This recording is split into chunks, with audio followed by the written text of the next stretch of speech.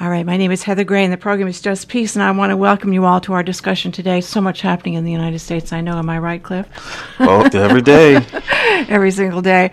Before I go any further, though, I want you to know that the opinions expressed on Just Peace do not necessarily represent those of Radio Free Georgia Broadcasting Foundation, Incorporated, its staff, or volunteers. And I'm pleased to tell you all that tonight we're going to be talking with one of the great-great-grandsons of Frederick Douglass. Frederick Douglass has been in the news, right, Cliff, as well? Thanks to Orange Cheeto. With Orange Cheeto. So we're going to be talking with Lloyd Weaver. He's in New York. Lloyd, are you there? Yes, I am. Thank you so much. Thank you so much for joining us. We appreciate it. So now you are the great-great-grandson. Have I missed one of the greats? Two? Great-great-grandson is correct. Frederick Douglass, yeah. So Frederick Douglass, your great-great-grandfather, has certainly been in the news because of Donald Trump, but let's talk about your great-great-grandfather, Frederick Douglass. Tell us a little bit about him. I mean, I'm sure it's hard to summarize, but could you tell us a little bit about him? Probably impossible to summarize. I know, I'm sure. The highlights are he was born a slave. He was known to be contentious, never considered himself to be a slave for a moment, and showed it by beating up one of the workers for the person that owned him. Later, in a kind of winding path, he ended up in Baltimore, farming himself out as a ship's caulker. And then what happens to most men happened to him. He fell in love with a wonderful woman, Anna Murray. Part of their love story, and it was just that a love story, was that she, who was a freed African woman, was able to maneuver and organize his escape to New York. And that happened, and later they met up in New Bedford, Massachusetts, where they raised a family. But at the same time, one of the reasons she was in love with him is because he was a slave who was absolutely, to his bones, anti-slavery. Yeah. And she felt very strongly that their lives should be, since they had managed to get him free, should be devoted to that. He responded to that because he had her support. And you know, we all know the stories about how he had learned or begun to learn to read and write, and she encouraged him to build on that, which he did and practice at it, and he turned out to be a genius at it. And she held the lanterns all night and made him write some of the great speeches he did, which ultimately turned into books and speeches and other relationships that were built as he began to contribute to the abolitionist movement.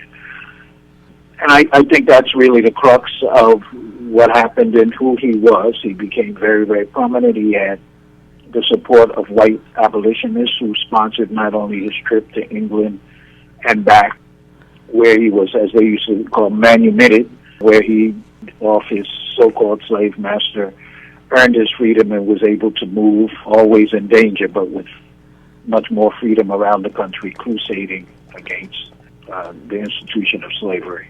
In that winding path, he ended up becoming close to the President of the United States. I wouldn't say close. Met him probably 3 times at most. But he was... And which president are we talking about? Which president? Pardon? Which president are we talking about? We're talking about President Lincoln. Yeah, Abraham Lincoln, of course. Yeah, go ahead. Yeah, Abraham. Relationship developed, though they didn't see each other personally that often, and he was influential and inspirational. And that's what Lincoln said, as opposed to what Trump said. And that's pretty much the story. He was, just highly regarded. And because of that singular devotion, he remains an important figure to all Americans, but particularly to African Americans today. Yeah, I'm amazed. If you start looking at the history, his name keeps cropping up in so many different areas, Lloyd. I mean, he was involved with so much. Now, he traveled a bit as well, right? Internationally. Well, he traveled. He went to Egypt, and we all know about his famous trip to England, and he was ambassador to Haiti. I don't know too much about other places he might have gone. Right. But undoubtedly, he did move around. He had support in a lot of places in Europe, as well as even his influence went to the Central and South America at the same time, where liberation struggles were also going on. So, and because of what he said in his various speeches and writings, the principles that he espoused became very, very important to people that were advocates for the freedom of oppressed people everywhere in the world. And we're talking about the 19th century where oppression was everywhere. The whole of Africa just about had been colonized and into the East and Middle East as well. So it was an age of empires, and African people were victims of what really was the American empire. Right. Slavery being the most horrible example of how cruel human beings can be to other human beings. Oh, no question. Yeah. So I was curious. Well, there's so much to talk about the legacy of your great-great-grandfather, Frederick Douglass, but I was wondering what he would think if he were alive today. What would he think about the situation, Lloyd? We all wonder, because I know. We still are seeing the vestiges of racist oppression in everything that we do, one way or the other, latently or otherwise. And because of that, and the confusion, and because this kind of thing has been happening since the beginning of man, that this competitive attitude, this compulsion of one people, either as individual as groups, to dominate the other has been so predominant that it's really shaped history to a great extent. And because of it, in its persistence and our frustration with it, we have so many different ideologies and points of view on what we should be done. And I don't have much of an idea, since Frederick Douglass was a pioneering figure in fighting racism and the evil of it. There hadn't, as far as I'm concerned, there hadn't been a written history of oppression in the world up until that particular time. So I wonder if he had the experience now, what his position would be. And of course, our positions are varied. Some of us, such as myself, still see that the answer to our problem is for us, for African people themselves, to deliberately come together and make sure that they own a modicum of power as a unit and as a group, and that the power emphasize our culture, emphasize our economic needs, and that we become almost self-sufficient in that sense. And, some of us come from the point and say, well, if America was founded the way it was, a stolen land, that it's illegal, and we're not bound by laws, and that has been proven out by the fact that we still live in such a racist society. So we go from that extreme to the extremes of the integrationist idea that white people should be fair to us and they should love us and that, they should not be so mean.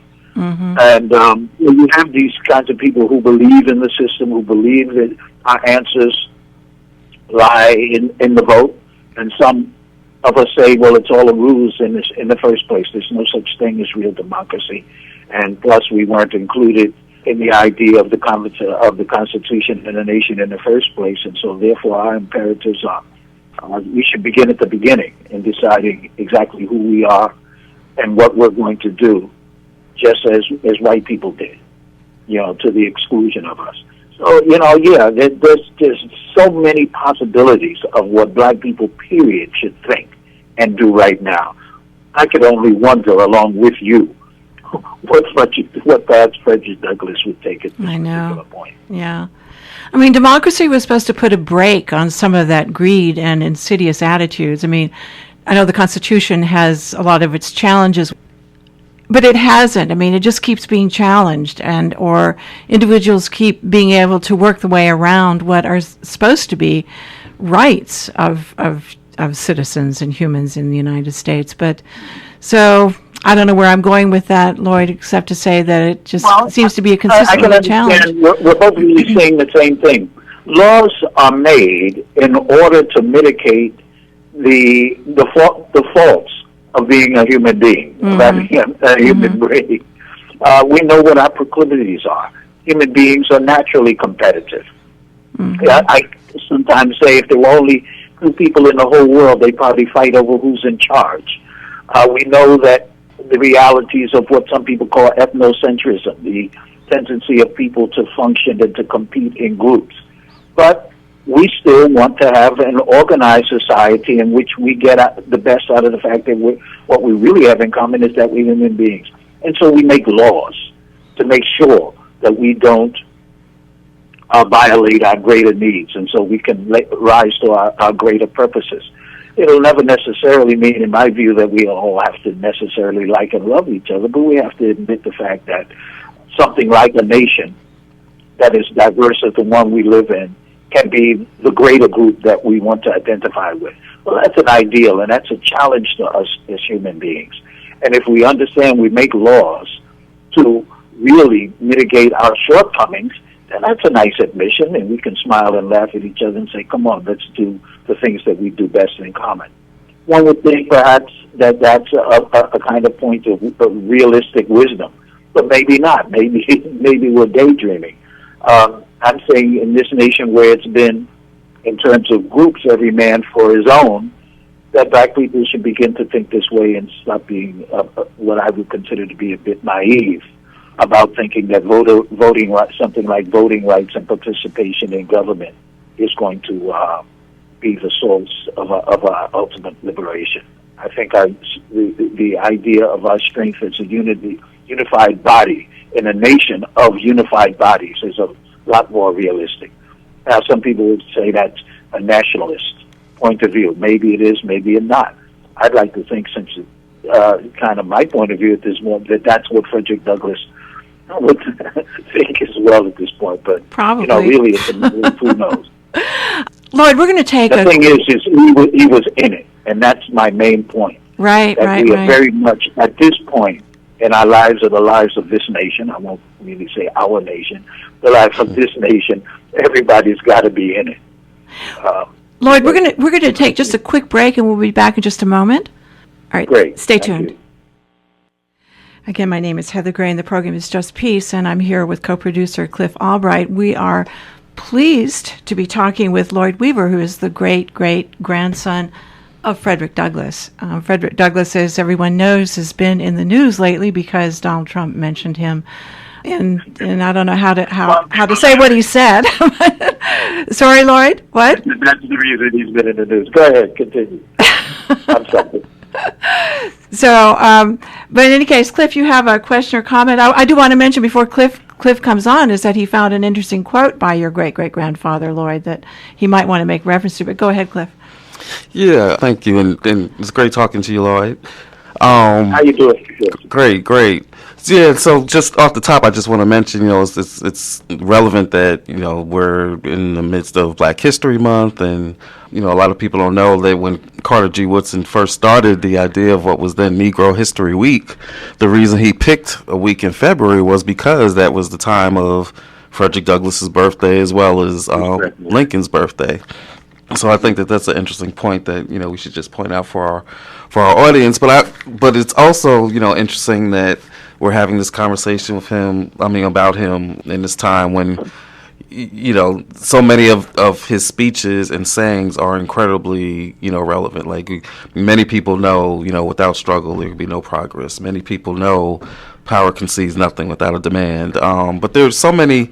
He has such a great career and wrote and said so much, that there are some pieces of his writings and speeches that aren't as well known, and even I wasn't familiar until just this past week, really, with some of what he wrote. In fact, in his autobiography, in his narrative of the life of Frederick Douglass, what he had to say about religion and Christianity in particular. And if you don't mind, Lord, I'd just like to read a little excerpt from that piece. I'm very curious. Yeah, out of his narrative, and this is actually from the appendix, because in the body of the narrative, I guess there are various points where he says things about him. He's very critical about Christianity, but in the appendix, he feels the need to kind of clarify, because he doesn't want to give the impression that he's anti-religion or anti-Christianity, but he's being very clear about what exactly it is that he's against. And what he says is, "What I have said respecting and against religion, I mean strictly to apply to the slave-holding religion of this land, and by this land, of course, he's talking about the United States, and with no possible reference to Christianity proper. For between the Christianity of this land and the Christianity of Christ, I recognize the widest possible difference, so wide that to receive the one as good, pure, and holy is of necessity to reject the other as bad, corrupt, and wicked. To be the friend of the one is of necessity to be the enemy of the other. I love the pure, peaceable, and impartial Christianity of Christ. I therefore hate the corrupt, slave-holding, women-whipping, cradle-plundering, partial, and hypocritical Christianity of this land. Indeed, I can see no reason but for the most deceitful one for calling the religion of this land Christianity. Interesting. And so, he's pointing out, and I'd love to know, if you have any thoughts on that, but he's pointing out, this hypocrisy of Christianity, right. In this land, and he's separating it from what he refers to as the pure, the true Christianity, which he loves and supports. But, he's being very critical of the slaveholding Christianity. You have any thoughts on that, and to what extent? Very, very profound indeed. Mm-hmm. First of all, when you talk about greatness, you got to peek at his insides a bit, because he spoke about his own spirituality, and it's about that as much as it is about the hypocrisy of not Christianity but of Christians of the time and of all time, and it's something that a lot of people have noted the contradiction over the years. And as you know, in the last, I'd say 50 years or so, people have dealt with it in different ways, discounting the current meaning of Islam in the world today. As part of the movement in the 60s, particularly in the North, a lot of people turned to Islam as their religion, and usually, and even I myself began to look at what was African traditional spirituality that was denied to us on pain of death during the days of slavery, and include African religion even has its martyrs. And, that was a very, very the idea of imposing Christianity on African people was a good part of the act of conquest. You always bow down to the guy that gave you God. So it's deep that Frederick Douglass recognized that in principle. But in his profound own spirituality was able to look at the Bible and see things that he didn't see demonstrated in the ideas and lives and the acts of, our ultimate slave masters. And the fact that he took time to go back and review what he had said earlier means that he really, really wanted to be clear in what he was saying and what he was not saying, because he was acting, you have to look at what point in his life this was written, and he was almost like a father figure at that particular time. So, I think that was really a revelation of the character of a guy that was known to be the fiery orator. And a moment he became instructive with the deep belief that ultimately God would be the judge of it all, including those who had even brought us a misshaped Bible, a misconstrued version of what Christianity was. And I appreciate you bringing out that, more subtle, but often more often not really noticed, about the essential humanity of the man that we're talking about. Sometimes when I think about him, or when our family discusses him, we discuss other kinds of things. You notice at the beginning I talked about his wife in the sense of mutual devotion, and that and to make Douglass a less perfect person, but his more perfect acts were under the provocation of a wife who, despite the fact that she couldn't read or write, understood the sense of mission that was an obligation because of their relationship and because of the horror that they had seen. And also we talk about the ideal of familyhood, and I wish a lot of my brothers and sisters would understand that as part of the legacy too, that there was a deep nuclear family that raised some really deep and heavy children, and the idea that they were all so devoted to their father's ideals to the point that even in that mad civil war, under his gentle instruction, they joined the fight too, and risked their lives for the cause that their father said is what their family would be devoted to. So all of these things are very, very important when you're talking about history. When we're talking about American history, we're always learning about the family of George Washington, the family of this one and that one and the other. And we're given these pictures, these paintings of heroic people that also espouse what was to be the American ideal. And I think when we're telling our stories, if we ever get to really write them ourselves, fortunately, Frederick Douglass wrote much of his own himself, that these things of what was, beyond their deeds, what was the nature of the character that we're really, really talking about? And if you're talking about building up role models and legacy, that kind of writing is very, very important. So I'd like to see a lot of scholars who understand perhaps of what I'm talking about undertake writing books about this character for young people, that the nature of the character, the inner philosophy, that glow of spirituality is just as important as anything else. Mm-hmm. Here's a bit when people are talking about Nat Turner, but it's almost a kind of madness that comes out. And when you're talking about, the spirituality that made him, the rebel that he really was. So I find that very provocative, the idea that you would quote that passage from the narrative.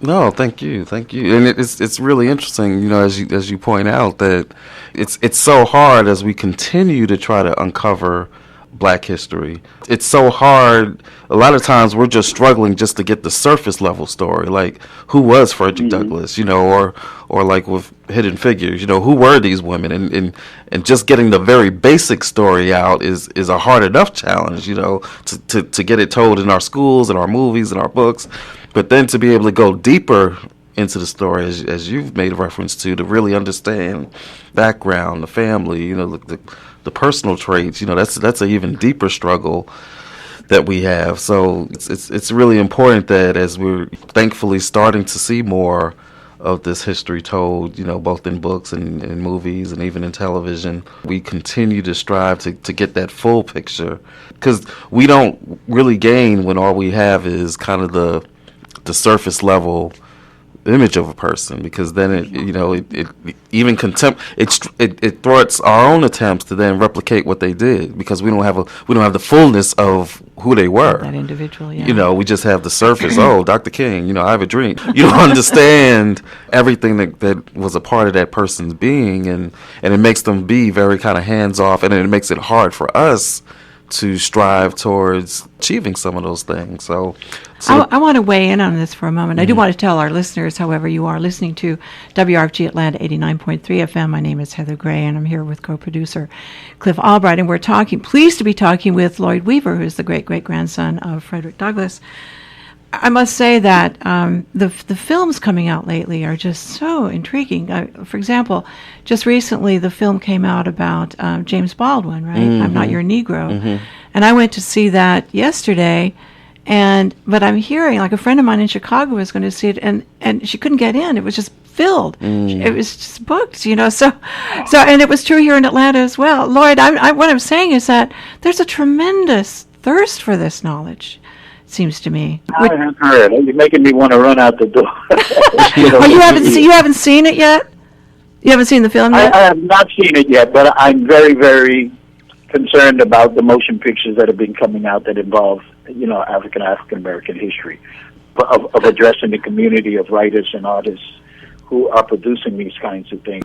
Encourage them to be more purposeful. And, I spent a long time in Nigeria and was able to do some things to come up with formulas to always understand what is the behavioral or attitudinal outcome of what I do in terms of what's going to happen to the audiences. What are they going to do as a result of seeing this? And I think that our writers and artists and even our actors and people need to be very conscious of the kinds of the potential impact that they can have on the future of this country as this country tries to figure out what it is and where it's going.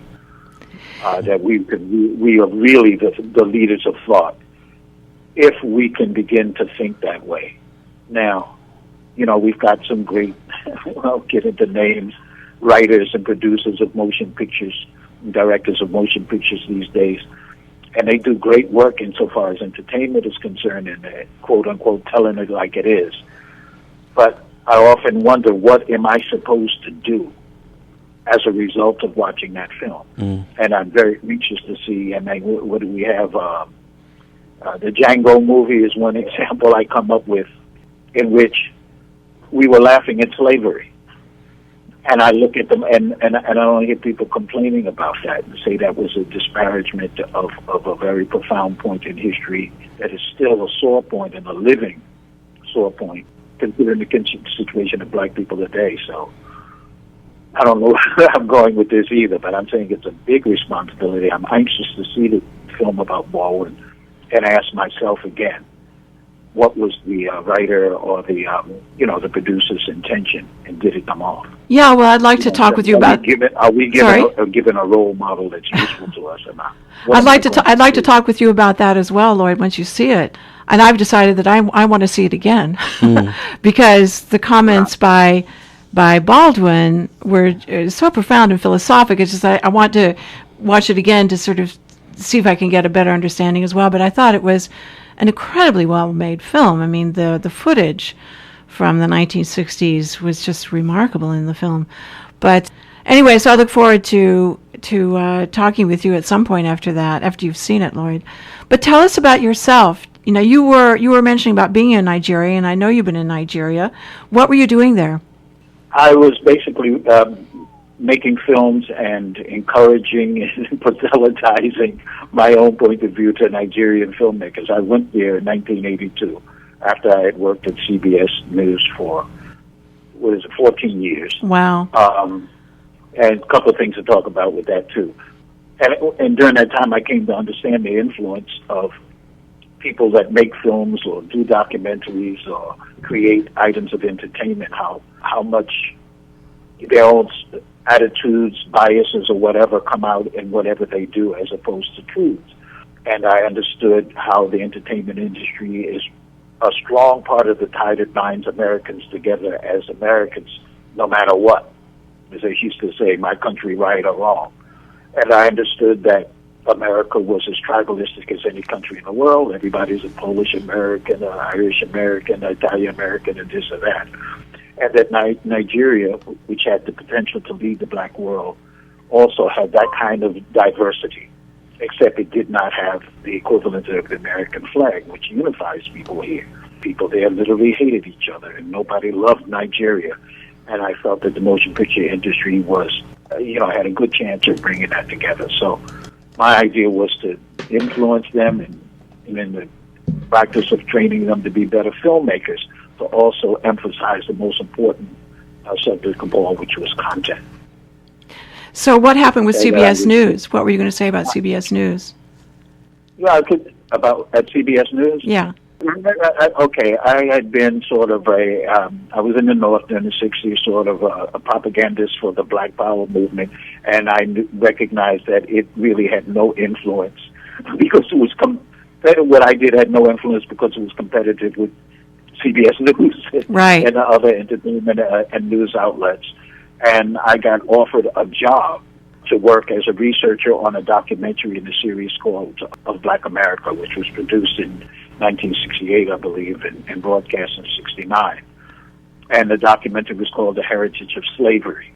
And what it was is to show that the rebellions, remember we were trying to burn down Watson, Detroit, and Newark, and Gary, Indiana, et cetera. And the documentary was to ask, so the question, what's been going on?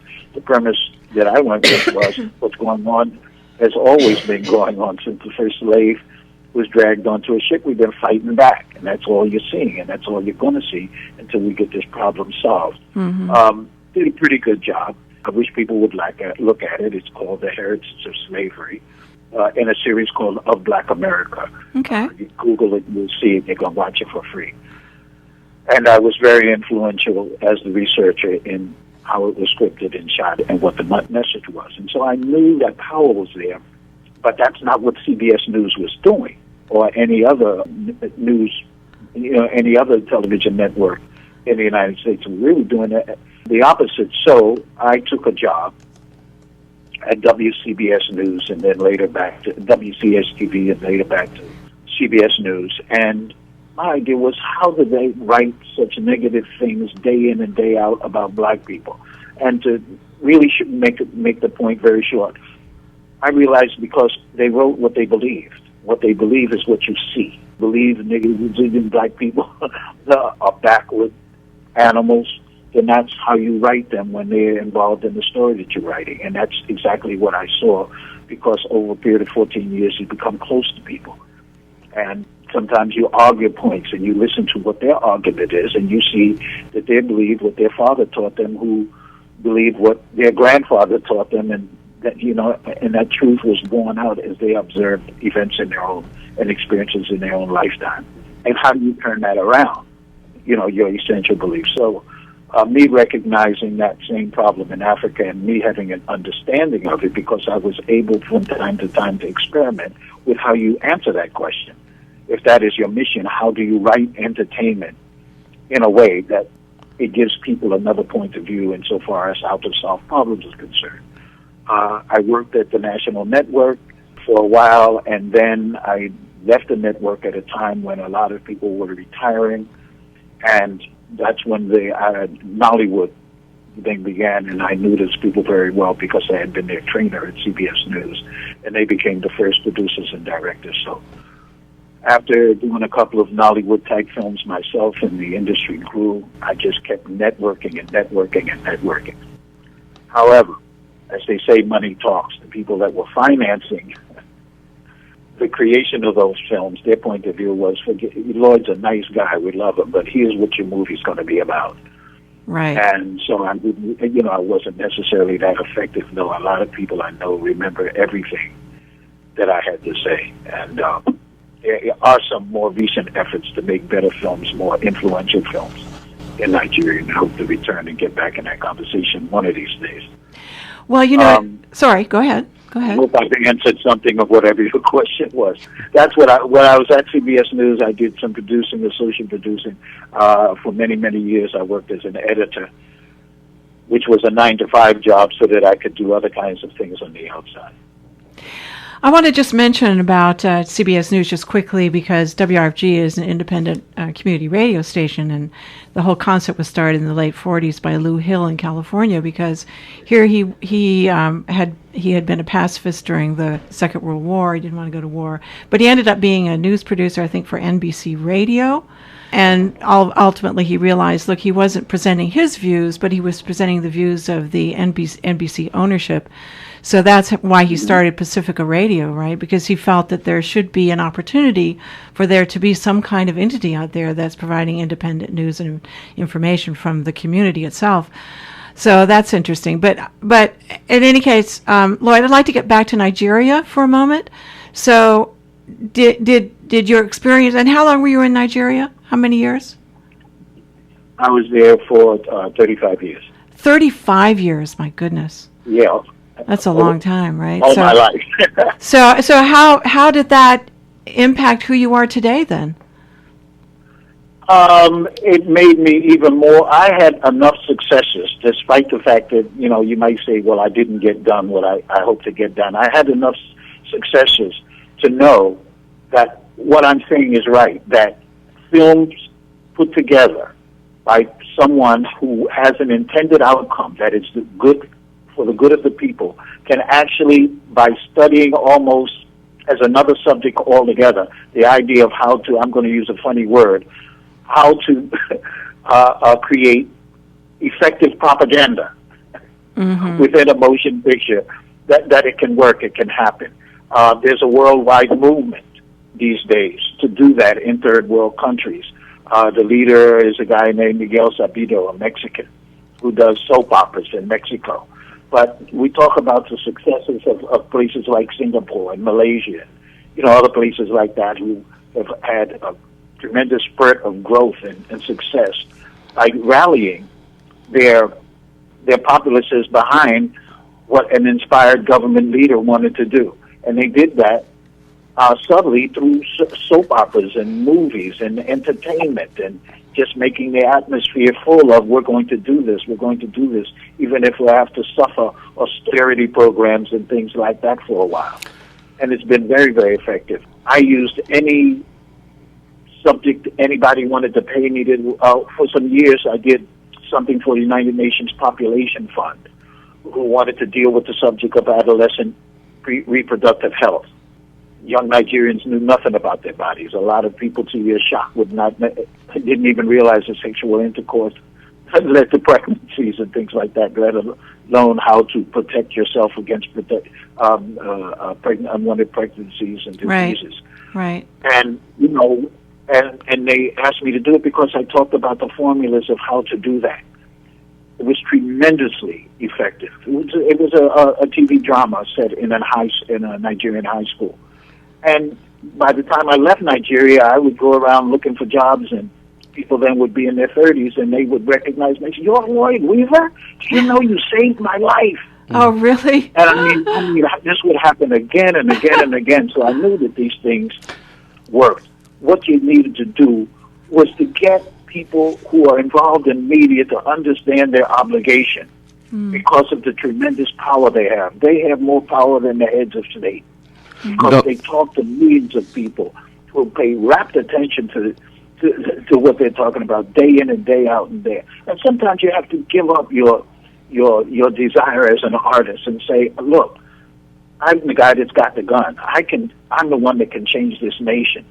And realize that, hey, because you're in that position, you're obliged to do it, to study how to do it, to measure whether you're effective or not every day and every day of your life. That I'm involved in now in New York is to try to independently make a motion picture that does just that, just so that I can enter the conversation with my fellow filmmakers and communicators and begin to talk about that kind of thing. Great. Cliff has a question. Go ahead, Cliff. It's interesting hearing you talk about your many years in Nigeria, because it just brings to mind that we've for decades, centuries, have had this theory of Pan-Africanism and the connection between the black struggle here and the unity on the continent, and even during the days of Frederick Douglass, you had a immigration movement, of those who believed that we needed to not the white-led colonization, but the black folks, the Henry Highland Garnetts, the Martin Delaney's, who recognized this connection between us and the African continent, and even nowadays, especially after the election, the presidential election, a lot of people saying, "Oh, I got to get up out of here," and I might need to go to the continent. So I'm just curious, given the many years that you spent there, what your thoughts are around this question of the connection between our struggle here, the struggle on the continent. It's interesting that the Organization of African Unity released a statement a few days ago, about this whole Muslim travel ban. I think one of the pieces of the travel ban that's Muslim ban that's really not been talked about as much is that 3 of those countries are African countries. You talk about Somalia, Sudan. But just what are your thoughts around? And before you make that summary, Cliff, and before you answer, Lloyd, we're going to take a quick break. We'll be back in just a moment. All right, stay tuned. All right, great. I'm here. Again, my name is Heather Gray, and the program is Just Peace, and I'm here with co-producer Cliff Albright, and we're talking with Lloyd Weaver. So, Cliff, give your summary comment. Just, Lloyd's thoughts on the connection between our struggle here and, the question of unity on the African continent and the ongoing struggles there for the continent to break free of neocolonialism and Western intervention. So just whatever thoughts he has about the connection between those struggles. Okay, let me try to deal with that. Right now, there's not very much correlation on either side of one struggle than the other. The Pan-African consciousness of you can go all the way back from the 20s and probably the 19th century up to the 60s, was very healthy and very, very on point. And I can claim to be a part of that and still am.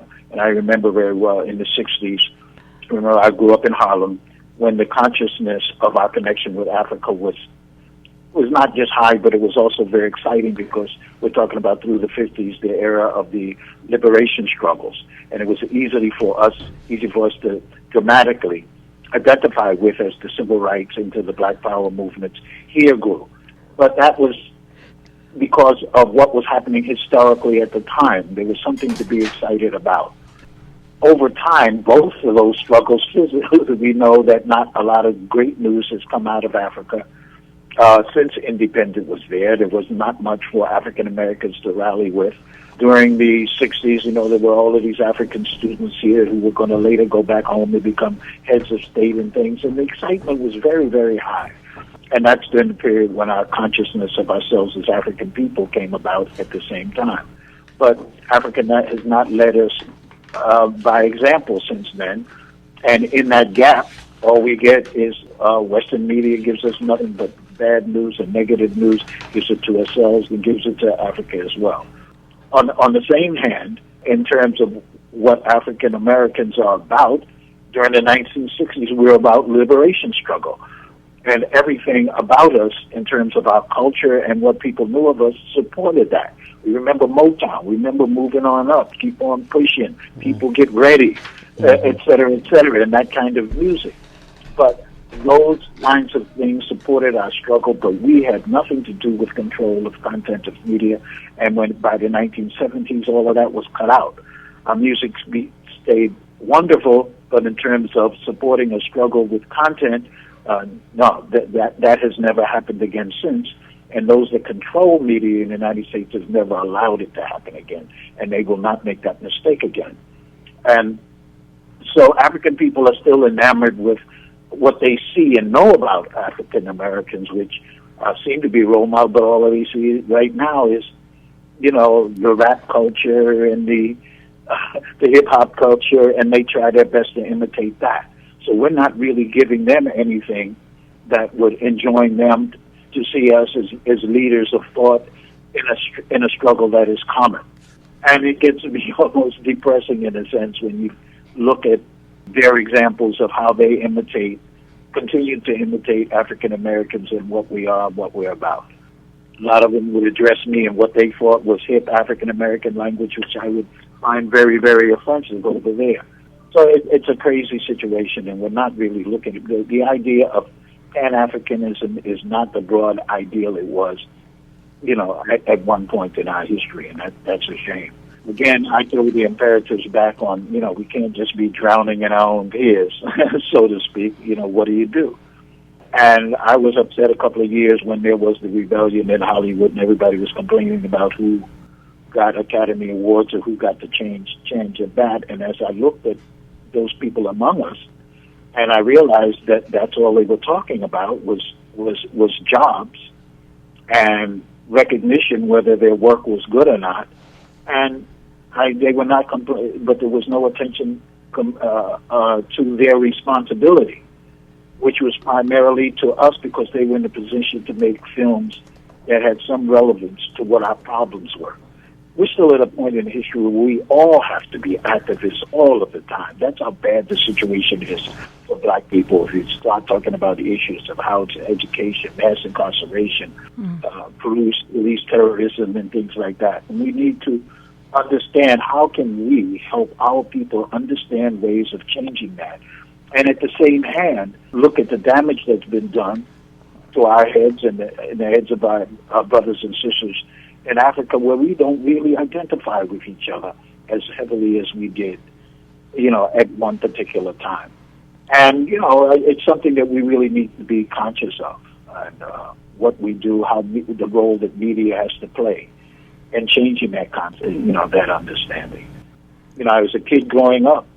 That was in the news every day, the battles in the battles against apartheid, et cetera, et cetera, et cetera. And we were cheering the brothers on, largely because we knew them better, because there were so many of them over here getting their education and doing everything. You remember the days with Olutunji and all that. Right. When we picked up on trying to imitate, and it was imitated at that time, later became a lot more real African culture and look for our heritage, but it doesn't happen anymore, as even African people are losing a sense of their own heritage. Just to switch gears a little bit from the connections between the black struggles here and black struggles on the continent, to talk about a different connection. Frederick Douglass was recognized at the time, and still to this day, as one of the earliest supporters of women's rights. And I guess kind of dealing with intersectionality before there was intersectionality, but nowadays, so as we're looking at the current movement, you were talking about the need for us to be organized and protesting every day. We look at the current situation and these various issues that are coming together, some of race, some of some women's rights, the differences within women's rights, feminism, womanism, black feminism. So how striking is it to you that 100 and something years after your great-great-grandfather's days that we're still struggling with how to jointly organize around this, these complex but interconnected issues? I wonder about that and how, all issues are interconnected when they involve people denying the rights of another people. I think I said earlier, I was talking about what I learned in Sociology 101, that people are naturally competitive, that we compete in groups. That's what humans do. The birds of a feather adage says something about the reality of nature or the reality of the human mind. And that's very real. Male and female is one of the ultimate groups on this planet. So what women are complaining about, and I hate to put it that way, I don't take it lightly at all, it's very, very real, and it'll be ongoing for all time until human beings turn into something else. I don't know exactly how that's going to happen. Maybe the entertainment industry can make us successful in that regard, too, because we are talking about a better life for all people. But insofar, if you start talking about them as being interconnected movements, you lose the power, I think, of what you're doing in advocating for your own. For me, I'll go back to what Dr. W.B. Du Bois said when he said the power of the 20th century is the problem with the color line. I just take the word 20th century out and say the problem for all. Why? Because those are the ultimate two groups on this planet. And we do, if you think of concentric circles, yes, we do function in first me and you, then there's the family, and then there's mom and pop, and then there's my family and your family, my high school, your high school, my town, your town, and on and out to nations. And you function with each of these groups competitively. And probably nations is one of the most ultimate. But when it comes down to it, that adage about the color line, I think, is very, very real. And it may be paralleled by the struggle between men and women. I don't think it's ever going to really go anywhere. I think the struggle of women that we've seen grow up in the past several decades is very justified. I understand the vision of Frederick Douglass in recognizing it and speaking out against it because he was a man. So therefore he felt that his compatriots, if you can call them that, as men, were wrong in the way they dealt with women. I admire the fact that he spoke out against that. But in terms of one's preoccupation, it can't be about anything. This general idea of justice for all.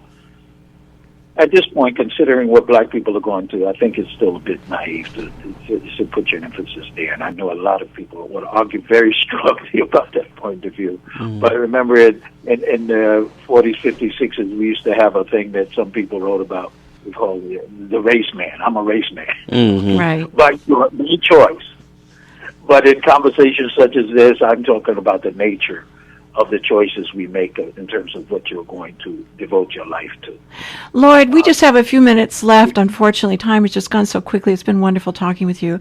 Tell us just quickly what you're working on these days. You're working on some other film projects, right? Right now, what I'm trying to do is organize some filmmakers, some young, some old, who have been in this, who are devoted themselves to filmmaking, with the idea that we can talk to the world and talk our ways out of some of our problems by tackling a problem, idealizing what we want the way the solution to the problem to look like, showing somebody successful struggling, our role model, and accomplishing the dissolution of that problem. To be more specific and clear, and in doing this, I'm trying to teach or impart on other people the ideas that I have developed in Nigeria concerning content and behavioral outcomes, specific behavioral outcomes as a result of watching a piece of entertainment.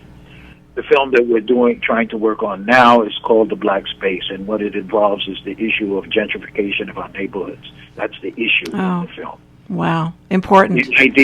The idea in the film is to not say all is lost. And most people will say, well, it's inevitably. They're buying up all the property. We have no control. Our own people are selling to white people, and our neighborhoods or our villages are disappearing. And suddenly we see the value of our neighborhoods, but we're being scattered, and there will definitely not be a struggle in the future because we are geographically scattered. Our families are already in trouble. The crisis of the black family is really a our most devastating problem right now. In our neighborhoods, we don't even walk out the door and see each other anymore. And so we're showing a film in which somebody comes up with an idea of how to not only end gentrification, but how to turn it around and have white people lose the neighborhoods and black people move back in and buy their homes. Oh, you're talking about Atlanta, right? About what? You're talking about Atlanta, right? No, as it happens, I'm talking about Bed-Stuy, Brooklyn. Well, I know, but we're having this problem we're having this problem in Atlanta, Lloyd. So. Yeah, I'm glad you call it a problem. Some people won't even say that's a problem. What do you mean somebody shouldn't, if they've got the money, buy a home wherever they want to live? Oh, dear me. It kind of contradicts a lot of the ideals of the 60s where we were talking about integration and fighting. Right. The idea that there were certain neighborhoods in which you couldn't live or people wouldn't sell you a home. Wow, yeah, right.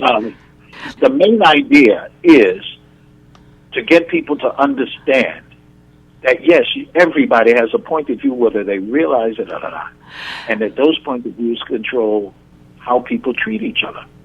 At that point, we're going to have to end this because our time is just up, Lloyd. But how people treat each other, yes, that was your found. Did you want to say one other thing about that? You had one other comment quickly? That's right. You got another 15 minutes. Let's do this again. All I'm saying is that our communicators have to, having been victimized by the American propaganda machine, even though the propagandists are unconscious propagandists, have to realize that we got to really question ourselves, clean our minds, find truth, and try to propagate that in our heads, despite the fact that we have been inundated with messages all of our lives that make us think in ways that kind of warped. And that's the nature of America. I thank Donald Trump for becoming president so America can admit itself, can wake up to itself what it really is, what and who he is, showing us the underbelly of this country, and I smile because of that. All right. Well, listen, it's just been a treat talking with you, Lloyd. Thank you so much, and we will get you back. So, all right. So take care now. Thanks so much. Thank you so much. Thank you. Pleasure. Okay. Thank you. All right. So that was interesting. I'm going to ask everyone to stay tuned for Sobukwe and Revolutionary African Perspectives, and we'll be back next week, and we will get Lloyd Weaver back sometime, right, Cliff? That's right. Continue with this discussion about gentrification. All right, stay tuned.